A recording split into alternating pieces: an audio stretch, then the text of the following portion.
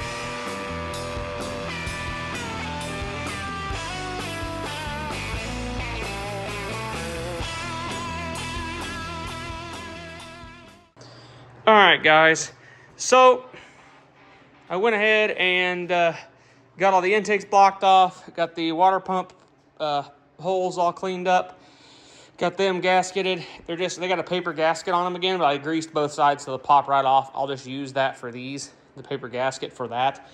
These got a little bit of right stuff underneath them, mainly because I'm trying to prevent as much water getting down in the cylinders as possible.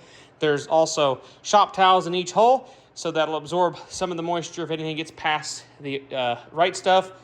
I got to bust out the welder and try to get this broken exhaust manifold bolt out, and then hopefully we can get that out.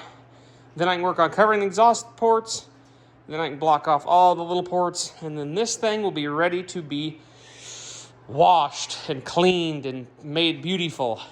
Yes, I know, I probably don't have to go to this extent, and there's many engines that I have not went to this extent to seal up, but that's because right after I painted them, I got them running. I don't know how long this engine's gonna set before it runs. Hopefully not very long, but that's not a guarantee.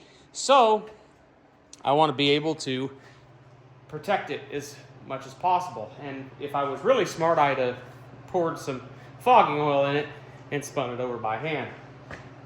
But I wasn't thinking, so probably should have done that. I still can. I'll be able to pull it. If I pull all the plugs out of it, I'll be able to crank it over and fog it. So I'll probably do that. I'll pull the plugs out and fog it.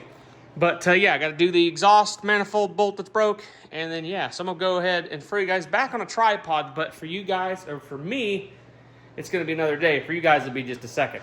I'm going to go ahead and call it a night and catch you guys on here in this time lapse, trying to get this stubborn bolt out.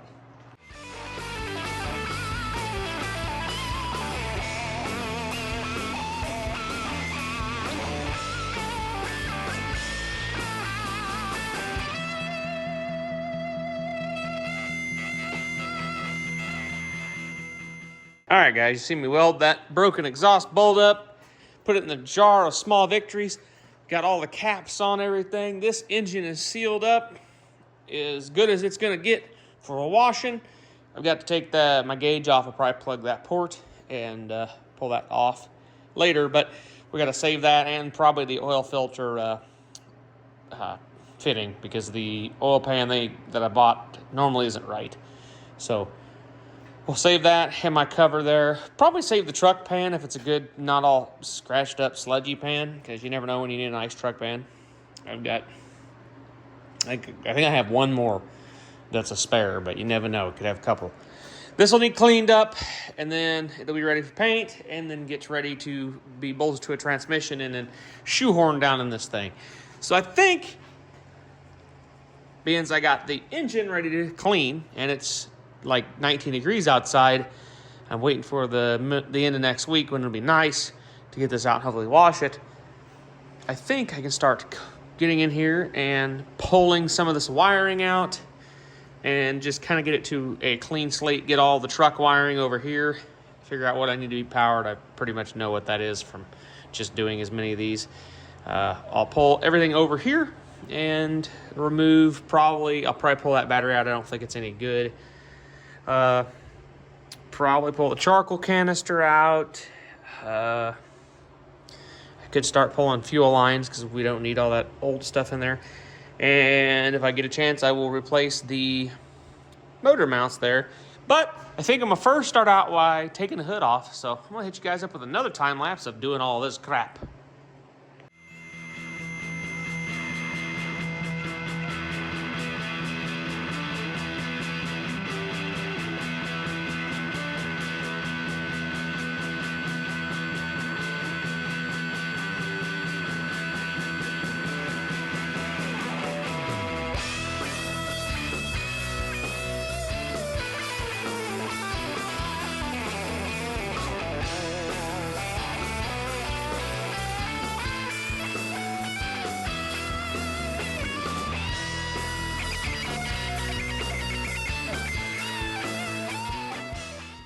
All right, a little bit of an update here.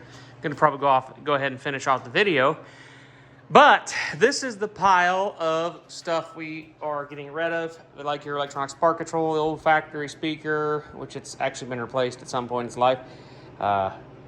The cruise control, the factory speedometer cable, accelerator cable, all that stuff is not needed.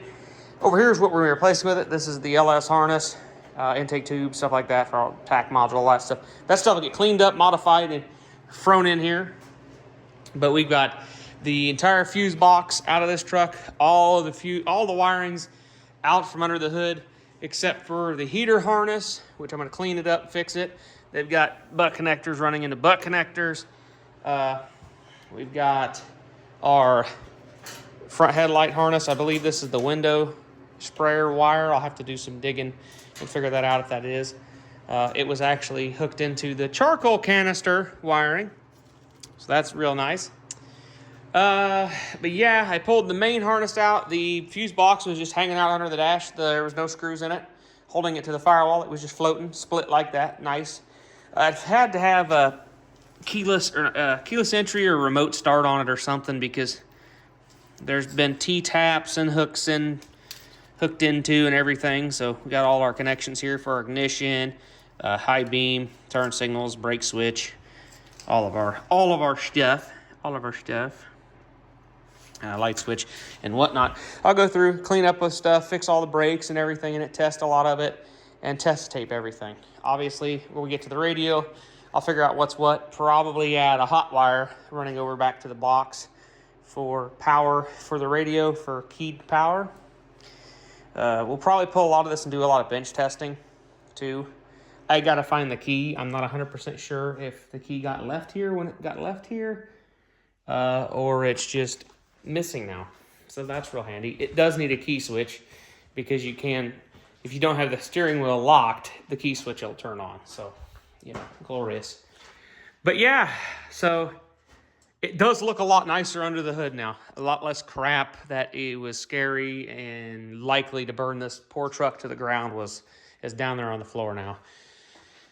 So yeah, we got our front wiring loom. A lot of that's going to leave. Basically, the only thing I'm going to need there is the windshield wiper stuff and the key on ignition coil wire to power, which we're going to use that to power up our LS fuse block we're going to use.